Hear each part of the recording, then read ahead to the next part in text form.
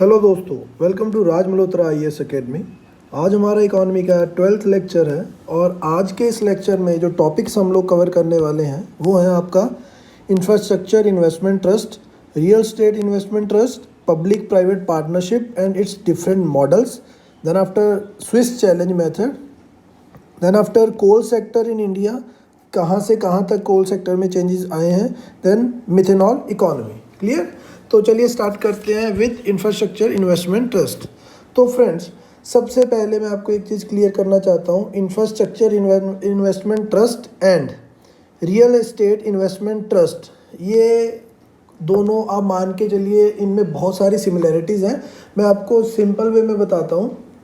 ये एक ट्रस्ट है। ट्रस्ट का मतलब क्या है? ग्रुप ऑफ पीपल, ठीक है, लोग इकट्ठा हुए, उन्होंने अपना जो पैसा है, मनी है, उसको पूल किया, ठीक है, एक कॉमन बास्केट बनाई जिसमें हर किसी ने थोड़ा थोड़ा थोड़ा पैसा अपना उस बास्केट में डाला।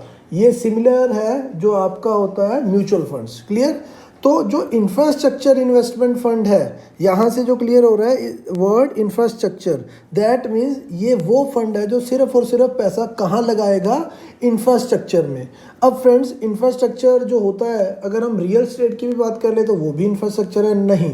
जो आपका इंफ्रास्ट्रक्चर इन्वेस्टमेंट फंड है, ये जो पैसा लगाता है वो लगाता है आपके लॉन्ग टर्म पीरियड के लिए। क्लियर? यहाँ पे देखते हैं, these are like mutual funds। सबसे पहली बात, direct investment of small amounts of money from possible individual and institutional investors. Individual भी लगा सकता है और एक इंस्टीट्यूशन जो है वो एज अ होल भी अपनी मनी जो है इस इन्वेस्टमेंट फंड में लगा सकता है। क्लियर? ये एक मैंने आपको पहले ही बता दिया, म्यूचुअल फंड की तरह काम करते हैं और इनको modified version of real estate investment trust भी बोल सकते हैं।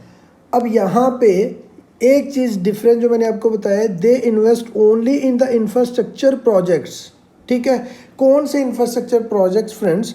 जैसे कि रोड एंड हाईवेज, ठीक है, which take some time to generate cash flow. ये उन इंफ्रास्ट्रक्चर फैसिलिटीज़ में पैसा लगाएंगे जहाँ पे आपको मनी जनरेशन के लिए, जो आप कहते हो कि उसकी आउटपुट जो वापस पैसा आना चाहिए, उसमें थोड़ा टाइम लगेगा, लॉन्ग जेस्टेशन पीरियड जो है इसका रहेगा। क्लियर? और एग्जाम्पल आप देख लीजिए, अगर हम एग्जाम्पल की बात करें तो नाम है आपका आईआरबी इंफ्रास्ट्रक्चर इन्वेस्टमेंट फंड। ठीक है, आईआरबी का जो ये फंड है, ये क्या कर रहा है? ये own, operate and maintain the portfolio of 6 toll roads. ठीक है, ये क्या कर रहा है जी? 6 टोल जो रोड हैं उनको ओन एंड ऑपरेट कर रहा है, ये इन डिफरेंट स्टेट्स में, महाराष्ट्र, गुजरात, राजस्थान, कर्नाटका एंड तमिलनाडु। क्लियर? तो ये हो गया आपके infrastructure investment trust. Similarly real estate investment trust, ये भी इट्स लाइक म्यूचुअल फंड, ठीक है, बट ये सिर्फ और सिर्फ पैसा कहाँ लगाएंगे? रियल स्टेट में। रियल स्टेट के बिना ये, यहाँ पे एक चीज़ ध्यान में देनी है आपको, रियल स्टेट इन्वेस्टमेंट जो ट्रस्ट है आपका, ये कभी भी रोड मेकिंग में या कोई ऐसे प्रोजेक्ट में पैसा नहीं लगाएगा जहाँ पे आपका जो टाइम पीरियड है 10 से 15 साल या इससे ज़्यादा है। क्लियर? ये भी, इसमें भी क्या होगा, अगर आप इसमें पैसा लगाते हो तो क्या होगा, ये जो ट्रस्ट है एक प्रॉपर्टी खरीदेगा और वो प्रॉपर्टी क्या होता है, नॉर्मली वो प्रॉपर्टी जो है वो आपकी फाइनल स्टेज पे पहुंच चुकी है, अब आप उसको रेंट आउट कर सकते हो। ठीक, उस रेंट आउट करने के बाद उसमें से जो भी प्रॉफिट होगा आपके शेयर के अकॉर्डिंग आपको उस प्रॉपर्टी का प्रॉफिट मिल जाएगा। ठीक है, this is called real estate investment trust. Clear? Again it's like a group of people pulling their money, ठीक है, together. You own a share of property and so an appropriate share of the income। ठीक, जो भी आपको income मिलेगी according to your share, आपसे वो share कर ली जाएगी। Clear? And these are mean to primarily on finished and rented out commercial properties. याद रखिएगा, इसमें फिनिश्ड और rented out commercial properties mainly रहती हैं। उसका 80% जो इसका पूरा फंड का पैसा है वो इन्हीं में जाना चाहिए। ऐसा नहीं है कि आपने एक फ़ंड बनाया और उससे आपने कोई नई बिल्डिंग बनानी शुरू कर दी। क्लियर? ये टोटल फंड का 80% जो पैसा है वो सिर्फ और सिर्फ जो फिनिश्ड आपके प्रोजेक्ट्स हैं या अबाउट टू फिनिश प्रोजेक्ट्स हैं उसी में आप लगा सकते हो। क्लियर? आगे चलते हैं। Okay, now public private partnership. तो सबसे पहले तो क्या है पब्लिक प्राइवेट पार्टनरशिप? फ्रेंड्स, जब भी नाम आता है public, that means government entity, ठीक है। दूसरा है जिसमें प्राइवेट। तो पब्लिक प्राइवेट पार्टनरशिप मतलब ऐसी पार्टनरशिप जिसमें गवर्नमेंट और प्राइवेट सेक्टर दोनों मिलके कोई काम करते हैं, ठीक है। तो उस पार्टनरशिप को बोला जाता है पब्लिक प्राइवेट पार्टनरशिप। क्लियर?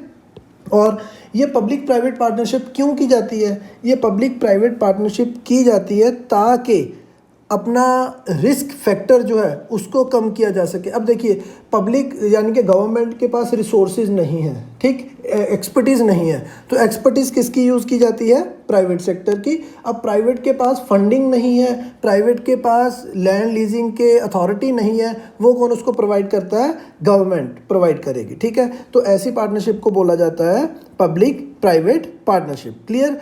तो क्लियर हो गया आपको कि क्यों हम public private partnership model follow करते हैं? क्योंकि हायर ग्रोथ रेट के लिए प्राइवेट सेक्टर की एक्सपर्टीज़ को यूज़ किया जाता है, पब्लिक सेक्टर के रिसोर्सेज को यूज़ किया जाता है और इससे एफिशिएंटली हम वर्क कर सकते हैं। क्लियर? ओके। तो अब पब्लिक प्राइवेट पार्टनरशिप के डिफरेंट मॉडल्स हैं फ्रेंड्स, ठीक है। फर्स्ट वन इज़ बोट, जो सबसे कॉमन है, build operate and transfer, that is called build operate and transfer. इसका मतलब क्या है? प्राइवेट सेक्टर जो है वो सबसे पहले तो पूरा का पूरा प्रोजेक्ट बनाएगा, उसके बाद उसको ऑपरेट करेगा। ऑपरेशन के लिए यहाँ पे क्या होता है, पहले ही जब गवर्नमेंट और प्राइवेट का कॉन्ट्रैक्ट रहता है तो गवर्नमेंट प्राइवेट को बोल देते हैं कि आपके लिए 20 ईयर्स के लिए ये प्रोजेक्ट आपका, ठीक है। दैट मीन्स आप 20 साल इसमें से जितना रेवेन्यू आप जनरेट कर सकते हो, लेट्स से आपने कोई नेशनल हाईवे बनाया, 20 साल इसका टोल जो है आप ऑपरेट करोगे। क्लियर? तो यहाँ पे क्या होगा, जितनी आपने इन्वेस्टमेंट की थी आपका पैसा वापस आ गया, आपको प्रॉफिट भी हो गया। Then after you have to transfer, ठीक है। उसके बाद आप ट्रांसफ़र करोगे किसको? गवर्नमेंट को, ठीक। तो ये है आपका build operate and transfer model. Clear? और इसमें एक चीज़ जो ज़रूरी है, प्राइवेट सेक्टर ही सब कुछ करेगा, प्राइवेट सेक्टर ही इसमें पूरा का पूरा प्रोजेक्ट का पैसा इन्वेस्ट करेगा, वहाँ से वो लोन लेगा, सब कुछ प्राइवेट सेक्टर को ही करना होगा। फॉर 20 ईयर्स ये उसी का प्रोजेक्ट रहेगा, ठीक है। उसके बाद गवर्नमेंट ऑफ इंडिया को या गवर्नमेंट ऑफ स्टेट जिसके भी अंडर आएगा उसको ट्रांसफ़र कर दिया जाएगा। क्लियर? और मैंने आपको एग्जांपल बताया, नेशनल हाईवेज जो होते हैं इसके लिए सबसे बेस्ट एग्जांपल है। Clear? Okay. Next is build, own and operate. सबसे पहले this one, build, own and operate. अब इसमें क्या है, इसमें जो भी ऑनरशिप है, ownership of newly build facility will rest with the private sector, ठीक है। अब इसमें होगा क्या, इसमें जो आपका पब्लिक सेक्टर है, जो गवर्नमेंट है, वो प्राइवेट सेक्टर के साथ एक कॉन्ट्रैक्ट में आएगी कि आप बनाओगे प्रोजेक्ट को, बिल्ड करोगे, ऑपरेट करोगे और उसकी ऑनरशिप भी आप ही के पास होगी। बट उसमें से जो भी प्रोडक्ट आप बनाओगे, जो भी प्रोडक्ट आप मैन्युफैक्चर करोगे या कुछ भी करोगे, वो प्रोडक्ट जो है गवर्नमेंट जो है वो परचेज करेगी आपसे डायरेक्टली, ठीक है। This is called build, on and operate. Next is this build, on, operate and transfer, ठीक है। अब इसमें क्या होगा, देखिए पहले बीओटी मॉडल में क्या था, बीओटी का ये नेक्स्ट वर्जन है।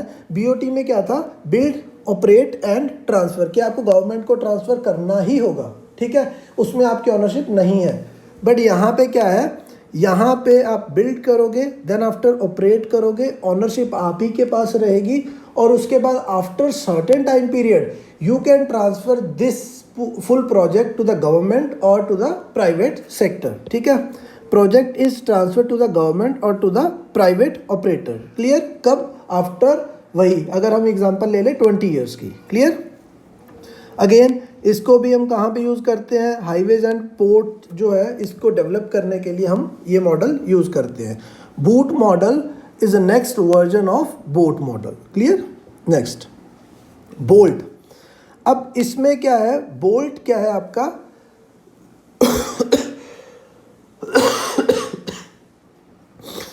यहाँ पे आपका बिल्ड होगा और उसके बाद आप ऑपरेट करोगे, ऑनरशिप आप ही के पास रहेगी, lease out and then after transfer. Clear. अब इसमें क्या होगा, जो प्राइवेट एंटिटी आपकी होगी वो सबसे पहले तो इस पूरे के पूरे मॉडल को बनाएगी, डिज़ाइन करेगी और बनाएगी, और उसके बाद ऑनरशिप जो होगी फैसिलिटी की वो भी किसी के पास होगी, प्राइवेट सेक्टर के पास। अब देखिए यहाँ पे ऑनर प्राइवेट सेक्टर है, बट वो प्राइवेट सेक्टर पब्लिक सेक्टर को ऑनरशिप जो है लीज़ के ऊपर देगा। ठीक है, लेट्स से कि 20 साल के लिए पब्लिक सेक्टर को लीज़ पे दे दी, तो 20 साल गवर्नमेंट जो है प्राइवेट सेक्टर को लीज़ का पैसा गवर्नमेंट देगी। ठीक है, और उसके बाद जैसे ही ये पीरियड ख़त्म होता है तो उसकी ऑनरशिप जो है वो ट्रांसफ़र किसको कर दी जाएगी, गवर्नमेंट को। क्लियर। तो बोल्ट मॉडल क्या है आपका, बिल्ट आप बनाएंगे और उसके बाद आपके पास ऑनरशिप रहेगी for some time, then after आप लीज आउट करेंगे और देन आफ्टर आप ट्रांसफ़र करेंगे। क्लियर होगा। इसमें प्राइवेट सेक्टर जो है वो ऑपरेट नहीं करेगा। ठीक है, वो सिर्फ बनाएगा, उसके बाद उसकी 20 साल के लिए ऑनरशिप है। 20 साल में एक टेंटेटिव पीरियड ले रहा हूँ, फॉर एग्जांपल ले रहा हूँ। ठीक है ना, हो सकता है ये 20 हो, 30 हो, 10 हो, कुछ भी हो सकता है। ऑनरशिप आपके पास रहेगी और आप लीज आउट करेंगे गवर्नमेंट को, ऑपरेट गवर्नमेंट करेगी और लीज का पैसा आपको मिलेगा। Clear. Then after final period के बाद आप गवर्नमेंट को ट्रांसफ़र कर देंगे। Okay, now EPC model. EPC model is engineering procurement and construction model. अब ये जो आपका ईपीसी मॉडल है ये बहुत लेटेस्ट जो आपके दो मॉडल्स हैं, EPC and hybrid annuity model, ये बहुत इंपॉर्टेंट है। ठीक है, अब यहाँ पे क्या है, देखिए पहले वाले केसेस में क्या था, सारा का सारा जिम्मा जो है वो किसके ऊपर था, पूरी रिस्पॉन्सिबिलिटी किसके ऊपर थी, प्राइवेट सेक्टर के ऊपर। बट यहाँ पे entire project is funded by the government. ठीक है, अब आपका इंजीनियरिंग प्रोक्योरमेंट एंड कंस्ट्रक्शन जो मॉडल है, नाम से ही क्लियर है। देखिए इंजीनियरिंग मतलब आप डिज़ाइन क्रिएट करोगे, प्रोक्योरमेंट मतलब आप सारा का सारा मटेरियल उसका प्रोक्योर करोगे। ठीक है, देन आफ्टर कंस्ट्रक्शन आप पूरी की पूरी कंस्ट्रक्शन करोगे पूरी फैसिलिटी की। ठीक है, अब ये यहाँ पे होता क्या है, जो कॉन्ट्रैक्टर है वो पूरा का पूरा प्रोजेक्ट बना के गवर्नमेंट को क्या कर देगा जी, ट्रांसफ़र कर देगा। क्लियर। अब इसमें क्या है, the contractor is legally responsible to complete the project within under a specified time period. अब जैसे आपके हाईवे प्रोजेक्ट्स होते हैं उसमें क्या होता है कि within 2 years you have to complete the whole project. ठीक है, तो अब इसमें क्या है, ये जो प्रोजेक्ट है ये कैसे पहले वालों से डिफरेंट है। एक तो यहाँ पे पूरा का पूरा जो प्रोजेक्ट कॉस्ट है, पूरा का पैसा जो है वो गवर्नमेंट दे रही है। सेकंड क्या है, ऑल काइंड ऑफ क्लियरेंसेस, जो भी आपकी लैंड एक्विजिशन या कुछ भी XYZ क्लियरेंस है वो ऑलरेडी गवर्नमेंट ही आपको प्रोवाइड करेगी। पहले वाले BOT केस में क्या था कि प्राइवेट सेक्टर को ही पूरा का पूरा प्रोक्योरमेंट करनी है, प्राइवेट सेक्टर को ही पूरा लैंड एक्विजिशन करनी है, सारी क्लियरेंसेस प्राइवेट सेक्टर को करनी होंगी। ठीक है, बट EPC मॉडल में क्या है, पूरा का पूरा पैसा जो है गवर्नमेंट देगी, उसके बाद एक स्पेसिफिक टाइम पीरियड के विद इन प्राइवेट सेक्टर को पूरा का पूरा प्रोजेक्ट जो है कंप्लीट करना होगा। और तीसरा इसमें क्या है, all kind of clearances will be provided by the government. Clear, private sector को क्लियरेंस लेने के लिए कोई ज़रूरत नहीं होगी। Next, hybrid annuity model. अब this is the latest model. ठीक है, ये वो मॉडल है जो आजकल आपके नेशनल हाईवे प्रोजेक्ट्स जितने भी डेवलप हो रहे हैं तो इस मॉडल के अंडर ये बनाए जा रहे हैं। ठीक है ना, अब इसमें क्या है, ये एक मिक्सचर है किसका, बोट एंड EPC मॉडल का। बोट एंड EPC याद रखिए फ्रेंड्स, बोट मतलब बिल्ड ऑपरेट एंड ट्रांसफ़र और EPC मतलब इंजीनियरिंग प्रोक्योरमेंट एंड कंस्ट्रक्शन। ठीक है, अब इसमें क्या होगा, देखिए EPC में क्या था, 100% फंडिंग कौन कर रही है, गवर्नमेंट। तो इस मॉडल में भी क्या होगा, 40% of project cost would be provided by the government. ठीक है, ये कौन प्रोवाइड करेगा, गवर्नमेंट प्रोवाइड करेगी। 40% जो है उसकी इनिशियल कॉस्ट गवर्नमेंट देगी और 60% जो पैसा है वो कौन रेज करेगा, वो रेज करेगा जो डेवलपर है। ठीक है, वो बैंक के पास जाके लोन ले या मार्केट से उठाए, कैसे भी उठाए, इसमें ये जो रहेगा आपका 40-60 की रेशो में रहेगा। ठीक है ना, 40% 60%, 40 किसका, गवर्नमेंट ऑफ इंडिया और 60 किसका, प्राइवेट सेक्टर। ठीक है, अब ये क्या हो गया, अब जो 40% है गवर्नमेंट इसको देगी इनिशियल टाइम पीरियड में 4 से 5 साल में। ठीक है, अब इसके बाद ये पूरा का पूरा प्रोजेक्ट जो है वो कंप्लीट होगा और कंप्लीशन के बाद जो उस प्रोजेक्ट के ऊपर टोल कलेक्शन की जो प्रोविज़न होगा, जो उसकी रिस्पॉन्सिबिलिटी होगी, वो किसके पास रहेगी? National Highway Authority of India. जो पूरा का पूरा टोल कलेक्शन होगा वो रहेगा आपका national Highway Authority of India के पास। क्लियर? अब यहाँ पे एक और चीज़ देखनी है आपको। National Highway Authority of India जो है वो पूरा का पूरा टोल कलेक्ट करेगी और जितना पैसा 60% जो डेवलपर ने अपनी जेब से दिया था उसको वो रिफंड करेगी within a period of 50 to 20 years. Long time period, long gestation period is there. तो ये मॉडल है। अब why we are opting for this hybrid annuity model friends? Reason being क्योंकि ये वो मॉडल है जिसमें एक तरफ तो प्राइवेट सेक्टर को कुछ ना कुछ इन्वेस्टमेंट पहले मिल रही है 40%। अदरवाइज क्या होता है, अगर 100% प्राइवेट सेक्टर को ही पैसा लगाना हो तो उसमें उसका रिस्क फैक्टर ज़्यादा रहता है। ठीक, हो सकता है उसको बैंक्स जो है वो भी पैसा ना दे, क्योंकि अभी आपने देखा NBFC क्राइसिस वर देयर और NBFCs का ही पैसा जो है मेनली इंफ्रास्ट्रक्चर रोड सेक्टर में लगता है। क्लियर?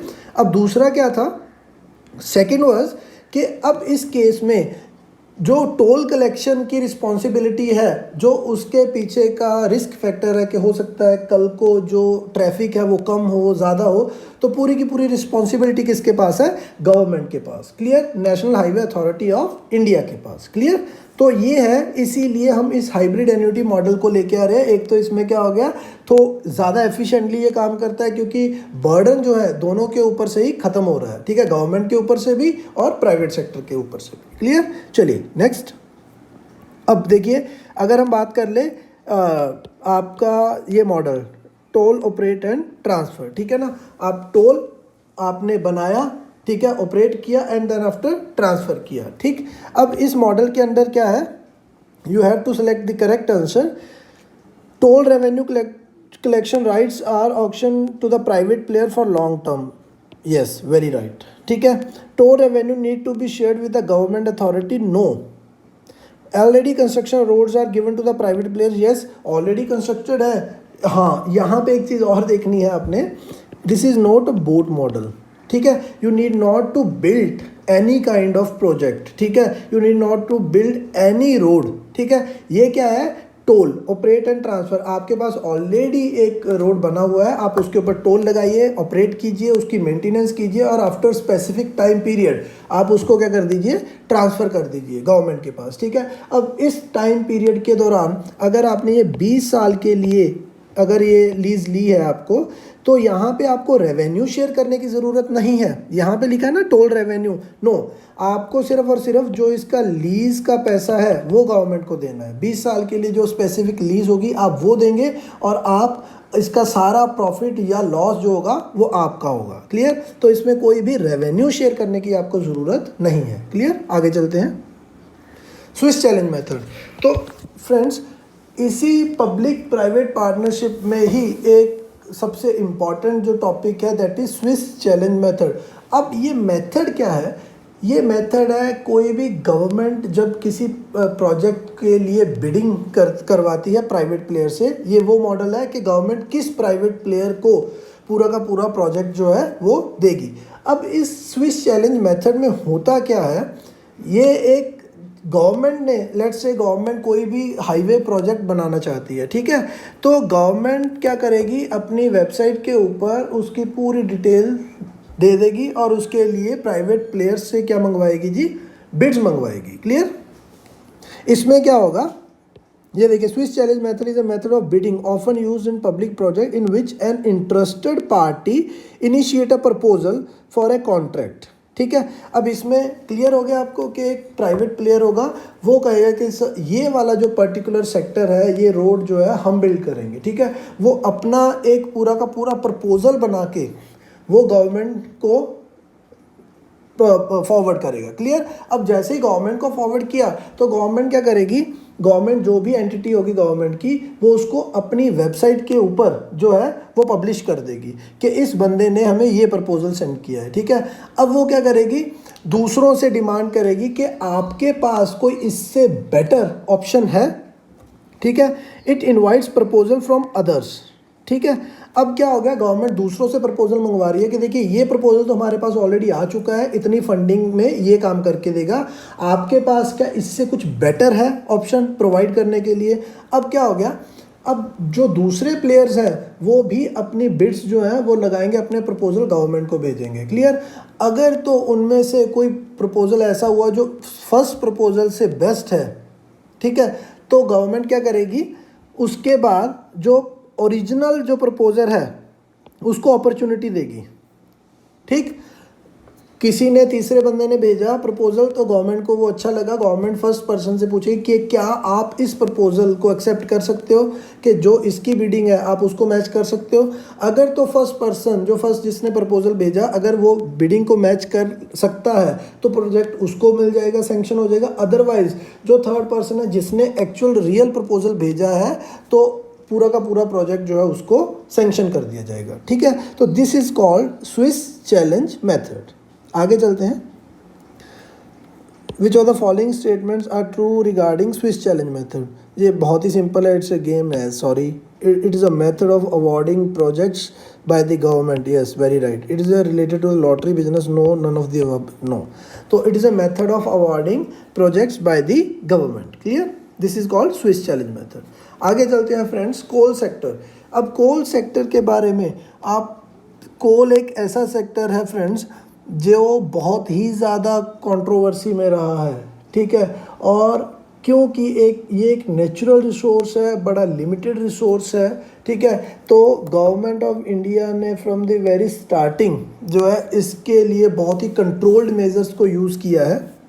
सबसे पहली बात, India is the third largest producer of coal in the world. ठीक है, but along with that third biggest importer of coal. India third largest producer भी है और थर्ड बिगेस्ट इम्पोर्टर भी है कोल का। ठीक है, और सेकंड, ये भी आपका एक प्री का क्वेश्चन बन सकता है पूरा। और coal accounts around 70% of country's power generation. हो सकता है आपको पावर के बारे में पूछ लिया जाए कि मेजॉरिटी ऑफ पावर जो है इंडिया की वो कहाँ से जनरेट होती है। सोलर पावर है, रिन्यूएबल एनर्जी की कोई और सोर्सेज है, न्यूक्लियर है, कोल है, कहाँ से। तो coal is the biggest source for energy generation in India. Clear, power generation. Clear. अब इसमें क्या है, देखिए, coal mining was nationalised in the year of 1973।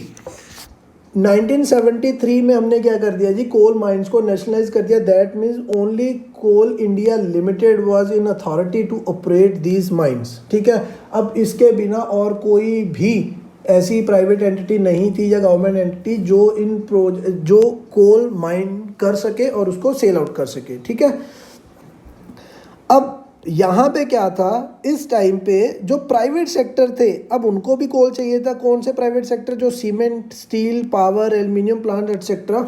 तो उनके लिए क्या प्रपोजल लेके आई गवर्नमेंट, कैप्टिव यूज़ के लिए। ये कैप्टिव यूज़, अब ये कैप्टिव यूज़ क्या था फ्रेंड्स, कैप्टिव यूज़ का मतलब है कि आप सिर्फ और सिर्फ अपनी ज़रूरत के लिए वहाँ से कोल माइन कर सकते हो। आप ये नहीं कि आपके पास बहुत सारा कोल है तो आप उसको सेल आउट करोगे मार्केट में। No, selling provision was given to Coal India Limited only, उसके पास ही थी ये अथॉरिटी। और जो कैप्टिव यूज के लिए अथॉरिटी थी वो सारे प्राइवेट प्लेयर जिनको कोल की रिक्वायरमेंट थी उनके पास थी। क्लियर। अब इसमें क्या हो गया, अब हम लेके आए जी coal mine special provision act 2015। Coal mine special provision act 2015, यहाँ से for the very first time हमने क्या शुरू कर दिया जी, ऑक्शन एंड अलॉटमेंट। हमने बिडिंग जो है कोल की, कोल माइंस की स्टार्ट कर दी। इससे पहले कभी भी आपने सुना होगा कोल स्कैम, इंडिया का जो कोल स्कैम हुआ था वो यही था। इसी को चेंजेस हमने किए 2015 में। इससे पहले क्या था, जो प्राइवेट प्लेयर्स थे उनको ही हम कोल जो माइंस प्रोवाइड कर देते थे, कोई भी कैप्टिव कोई भी बिडिंग का प्रोविज़न नहीं था। क्लियर। अब इसके बाद, अब यहाँ पे इससे पहले मैंने आपको बता दिया कि जो भी कंपनीज थी इन डिफरेंट सेक्टर्स में, ठीक है, उन्हीं को प्रोवाइड कर दिया जाता था कोल ब्लॉक। ठीक है, और without any chance given to any third party. Clear. अब इसमें क्या हो गया, ये प्रोवाइड, इसमें प्रॉब्लम क्या आ गई फ्रेंड्स, जो आपका कैप्टिव यूज़ की प्रॉब्लम थी उसमें क्या हो गया, कोल ब्लॉक तो बहुत बड़ा है बट कंपनीज को इतनी रिक्वायरमेंट नहीं है, तो हमारी कोल की जो एक्सट्रैक्शन है वो बहुत कम थी कंपैरेटिवली जो हम कर सकते थे, ठीक है। इसीलिए रिसेंटली गवर्नमेंट ऑफ इंडिया ने क्या किया, प्राइवेट कंपनीज को भी जो है only for commercial mining and sale purpose India will now allow offer coal mines, ठीक है। को पहले जो कैप्टिव यूज़ के लिए थी अब उसको ख़त्म करके हमने क्या कर दिया, प्राइवेट कंपनीज को जो कोल माइंस मिलेंगी वो सिर्फ और सिर्फ कमर्शियल सेलिंग के लिए होगी, ठीक है। अब कैप्टिंग जो माइनिंग है वो ख़त्म करके कमर्शियल सेलिंग वाला प्रोविज़न आ गया, क्लियर। और सेकंड क्या है, 100% FDI है आपके कोल सेक्टर में, ऑटोमेटिक रूट के through 100% FDI government of India ने अप्रूव की हुई है for the coal sector, clear. आगे चलते हैं। अच्छा, अब इस साल एक नया पोर्टल बनाया है गवर्नमेंट ऑफ इंडिया ने, प्रकाश पोर्टल, ठीक है। अब ये प्रकाश पोर्टल सबसे पहले तो इट इज़ डेवलप्ड बाय किसके द्वारा, NTPC, क्लियर। NTPC ने इसको डेवलप किया है। और ये पोर्टल है क्या, आपको हो सकता है UPSC प्री 2020 में ये सीधा पूछ लिया जाए कि प्रकाश पोर्टल, ठीक है, डेवलप्ड बाय किसके द्वारा, ministry of coal affairs and ministry of coal and all, कुछ भी पूछा जा सकता है, clear. It is This portal aims at bringing better coordination for the coal supplies among all stakeholders. ये सिर्फ और सिर्फ हमने पोर्टल जो बनाया है कोऑर्डिनेशन पर्पस के लिए बनाया है फ्रेंड्स, ठीक है। इसमें हम क्या करते हैं, कोल प्रोवाइडर और जो कोल कंज्यूमर है, सप्लायर, ठीक है, उनकी सारी की सारी बेटर कोऑर्डिनेशन के लिए हम यूज़ कर रहे हैं, जैसे कि ministry of power, ministry of coal, Coal India, railway and power utilities. देखिए, ministry of power, ministry of coal and all, Coal India Limited, ये कौन है, जो कोल प्रोवाइड करते हैं, ठीक है। रेलवे कौन है, जो ट्रांसपोर्ट कर रहा है। और मिनिस्ट्री ऑफ पावर वो है जिसको कोल की ज़रूरत है, क्लियर। तो ये सिर्फ और सिर्फ बेटर कोऑर्डिनेशन के लिए, better coordination among these all stakeholders, ठीक है, उसके लिए बनाया हमने प्रकाश पोर्टल। आगे चलते हैं। यहाँ पे एक मिथेनॉल इकोनॉमी की बात हो रही है आजकल, ठीक है फ्रेंड्स। नीति आयोग एक प्रोजेक्ट लेके आया जिसको बोला जा रहा है methanol economy programme, initiative by NITI Aayog. अभी आपको एक चीज़ मैं बता दूं, ऑलरेडी हमारे पास एक प्रोजेक्ट चल रहा है that is called ethanol blending. वो इथेनॉल ब्लेंडिंग है जिसमें हम कह रहे हैं कि 5% 10% जो है हम इथेनॉल को ब्लेंड करेंगे किसमें, डीजल के साथ, ठीक है। बट ये जो है दिस इज़ कॉल्ड मिथेनॉल, ध्यान रखिएगा, दिस इज़ मिथेनॉल जो हमारे पास ऑलरेडी चल रहा है that is ethanol blending project, ठीक। अब इसमें क्या है, it is initiated by the NITI Aayog और इसका मेन एम क्या है। देखिए फ्रेंड्स, जो मिथेनॉल है वो भी आपका एक सोर्स है एनर्जी के लिए और ये क्या है, लेस पोल्यूटिंग सोर्स है। तो इससे क्या होगा, हमारा मेन एम क्या है, एक तो हमारा ऑयल इंपोर्ट का जो बिल है हमने उसको कम करना है, उसके बाद जो हमारी ग्रीन हाउस गैसेज एमिशन है उसको भी हमारा पर्पस क्या है, कम करने का। और सॉलिड वेस्ट, क्योंकि आपको पता है जो मीथेन है, मीथेन आपकी मीथेन गैस भी रहती है जो कोल रिजर्व से निकलती है और उसके बाद आपका जो भी म्यूनिसिपल सॉलिड वेस्ट है वहाँ से भी आपकी जो मीथेन है वो प्रोड्यूस होती है। तो ये सारी की सारी जितने भी सोर्सेज ऑफ मीथेन है वहाँ से हम क्या कर रहे हैं, मीथेन को डेवलप कर रहे हैं, ठीक है, वहाँ से प्रोड्यूस कर रहे हैं, क्लियर। अब सेकेंड जो आपके लिए इंपॉर्टेंट है, methanol is certified, already certified as fuel by Bureau of Indian Standards, ठीक है। अब यहाँ पे दो क्वेश्चन बन सकते हैं फ्रेंड्स कि एक तो ये कि methanol is already in project mode, ठीक है, कि हम ऑलरेडी इसको इम्प्लीमेंट कर चुके हैं, नहीं, वो हमारा इथेनॉल ब्लेंडिंग प्रोजेक्ट है, ठीक है। दूसरा क्या है कि methanol is certified as a fuel और not, yes it has been certified. कौन इसको सर्टिफाई कर रहा है, ये भी आपसे पूछा जा सकता है। तो कौन करता है फ्यूल को सर्टिफाई इंडिया में, bureau of Indian standards, clear. अब क्या है, gaseous version of methanol that is called dimethyl ether, ठीक है। अब इसमें क्या है, ये डाईमिथाइल ईथर जो है इसको हम LPG के साथ ब्लेंड कर सकते हैं, ठीक है। अब इसको अगर हम LPG के साथ ब्लेंड करेंगे तो आपको पता है कि हमारी कॉस्ट जो है वो डाउन आ जाएगी। और bureau of Indian standards has notified, already notified 20% DME blending with LPG, ठीक है। तो ये ऑलरेडी आपकी 20% जो है ब्लेंडिंग हो रही है, क्लियर। अब दूसरा क्या है, एक क्वेश्चन और बन सकता है, आपसे पूछा जा सकता है कि methanol has higher energy efficiency या energy density as compare to petrol और diesel. No, methanol is slightly lower in energy content, slightly lower in energy content as compare to petrol and diesel. Petrol और diesel के comparatively methanol में थोड़ा सा कम जो होगा energy content रहेगा। Clear. अब उसके बाद इसके फ़ायदे, जैसे कि मैंने आपको बताया ऊपर हमने देखा, ऑयल इंपोर्ट हमारा बिल कम हो जाएगा, ग्रीन हाउस गैसेज। और उसके बाद अगर हम 15% मिथेनॉल जो है, ठीक है, इसको गैसोलीन के साथ मिक्सअप करते हैं तो इससे क्या होगा, ऑब्वियस ही बात है, जितना परसेंटेज हम बढ़ाएंगे उतना ही गैसोलीन का इंपोर्ट जो है वो कम हो जाएगा। क्लियर। और उसके बाद green house gas emission by 20% it would bring down, green house gas का जो एमिशन है वो रिड्यूस हो जाएगा बाय 20%। ठीक है, in matters of particular matter, nitrogen oxide, sulphur dioxide etcetera. Clear. तो हमारी जो क्लीन एयर इनिशिएटिव हमारा है, एयर को क्लीन करने का, ठीक है, तो वहाँ पे भी ये हमारी हेल्प करेगा। क्लियर। और उसके बाद अकॉर्डिंगली 6,000 करोड़ रुपये कैन बी सेव्ड। अगर हम इसको ब्लेंड करते हैं तो हमारा इंपोर्ट बिल कम हो जाएगा, वो कितना है, 6,000 करोड़ रुपये। क्लियर। तो ये है फ्रेंड्स आपकी मिथेनॉल इकोनॉमी। और इसी के साथ जो आज का टॉपिक है वो यहीं पे ख़त्म होता है।